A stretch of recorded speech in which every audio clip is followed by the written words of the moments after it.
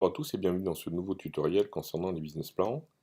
Pour tous ceux qui ont examiné donc les deux premiers tutos, on va passer à un stade supérieur en tentant d'intégrer justement dans cette notion de construction de business plan via Excel la notion en fait des coefficients saisonniers. L'idée avec ces coefficients saisonniers, c'est de pousser la capacité de pouvoir automatiser les simulations et les différentes hypothèses du business plan de manière un petit peu plus pratique. On avait vu la dernière fois qu'on avait pu, grâce au panel justement de paramétrage des prix ainsi que de la structure des coûts au 12e mensuel, qu'on pouvait justement varier ces données-là pour pouvoir justement intégralement faire bouger le business plan. Alors la notion qu'on va aborder là maintenant, c'est celle qui consiste à imaginer que votre hypothèse se base sur des ventes annuelles et dont vous n'avez pas forcément, je dirais, envie de rentrer systématiquement les données de quantité mensuelle, parce que elles opèrent d'abord, je dirais, sur des notions de variations saisonnières qui peuvent être importantes, et pour lequel justement les différentes hypothèses nécessitent non pas à chaque fois de changer les chiffres des volumes de vente, mais plutôt d'avoir un outil qui permet de pouvoir le faire de manière automatique. Alors pour ça, en fait, on va insérer ici, on va remonter l'intitulé d'une case, et on va ici insérer la notion de coefficient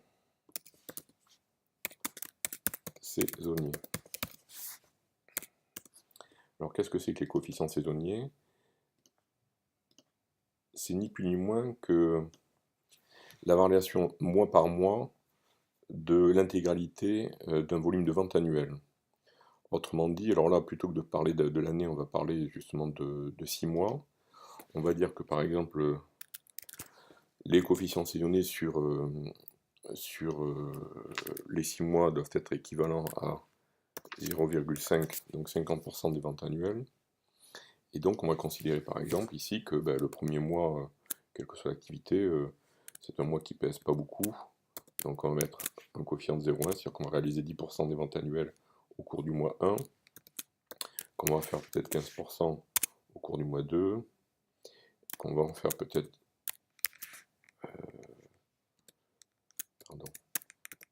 5% au cours du mois 3,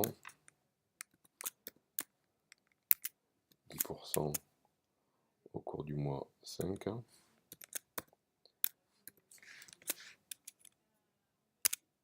Voilà, donc ça nous fait 45, 0,05. Alors, bien évidemment, vous avez compris que le total de cette ligne-là, puisqu'on est sur une demi-année, donc 6 mois d'activité, va être équivalent à 0,5. C'est ce qu'on peut constater ici.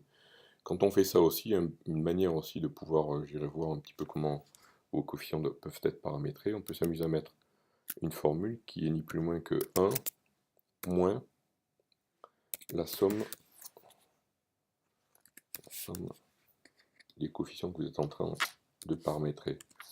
Ça vous permet en fait de mesurer l'écart, par exemple quand vous êtes en train de mettre les coefficients ici, ça vous permet de voir que vous n'avez pas atteint encore la destination et qu'il vous reste encore justement, alors là en l'occurrence je dis une bêtise parce que c'est pas sur 1 et c'est sur 0,5 calcul se fait.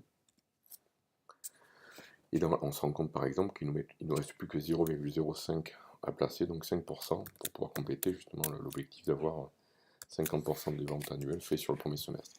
Bon, ces chiffres-là en fait sont une indication qui permet de pouvoir quantifier la volumétrie globale des ventes. Alors, on va reprendre ce tableau-là, on va le copier juste en dessous, mais plutôt que de paramétrer en fait les prix, on va mettre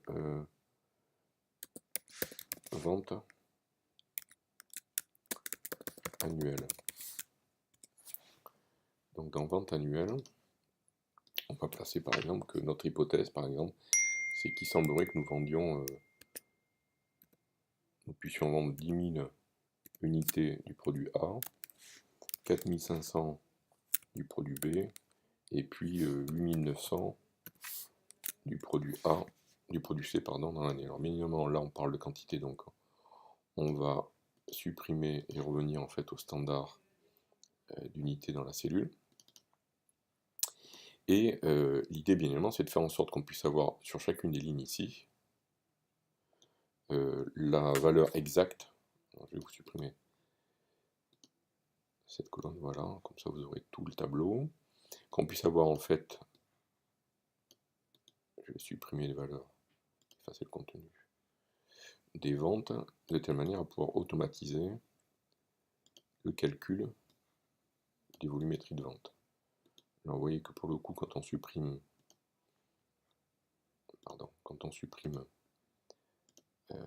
les volumes de vente, tout part à 0, parce que 0 multiplié par quel que soit le prix est égal à 0. Donc là, l'idée, c'est de faire en sorte que ce coefficient-là, si on l'applique aux ventes annuelles, puisse justement se retrouver et nous donner la véritable quantité de vente qui sera réalisée par le produit A au mois 1. Donc pour ça, c'est simple. On vient ouvrir une formule, on prend la quantité de vente annuelle ici, et on le multiplie par le coefficient saisonnier du mois 1. Donc si je regarde, j'ai 10 000 ventes de prévues au cours de l'année. Si j'en vends 10%, j'ai effectivement 1000 ventes qui vont être effectuées au cours du mois 1. Donc la formule est cohérente. Alors comme les fois précédentes, attention, si on s'amuse à recopier la formule ici, n'oubliez pas qu'il faut comme d'habitude figer l'origine du calcul pour faire en sorte que dans la recopie de cellules qu'on va avoir, on puisse accompagner avec nous justement la valeur des ventes annuelles. Donc là, c'est ce que je viens de faire en mettant, donc vous avez vu les dollars, et si je recopie ma formule, j'ai effectivement ici les bonnes quantités qui vont être vendues. Je peux faire un test, hein. Hop, hop, j'ai effectivement le prix, la vente annuelle, la volume de vente annuelle qui est resté figé, et j'ai bien pris ici le coefficient saisonnier du mois 3. On va élargir nos cellules parce que les valeurs sont plus importantes. Donc en fait, l'opération, on va la réitérer. Alors, bien évidemment, on peut, nous, avoir un seul coefficient saisonnier pour une gamme de produits, mais vous imaginez qu'on peut très bien aussi imaginer qu'il puisse y avoir des coefficients saisonniers qui puissent être variables en fonction des produits. Auquel cas, on peut s'amuser à le faire, à recopier la ligne coefficient saisonnier, à l'insérer, on va l'insérer juste au-dessus,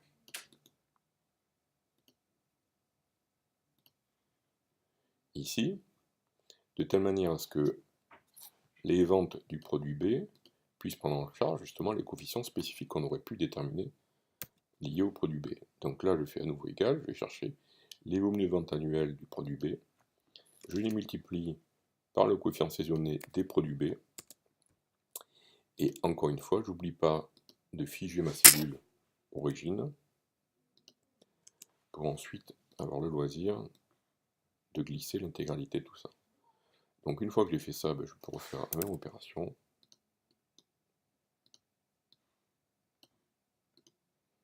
J'insère les coefficients saisonniers, je les cale vers le bas, et je refais la même opération. Je vais chercher mes ventes annuelles du produit C, que je multiplie par le coefficient saisonnier voulu.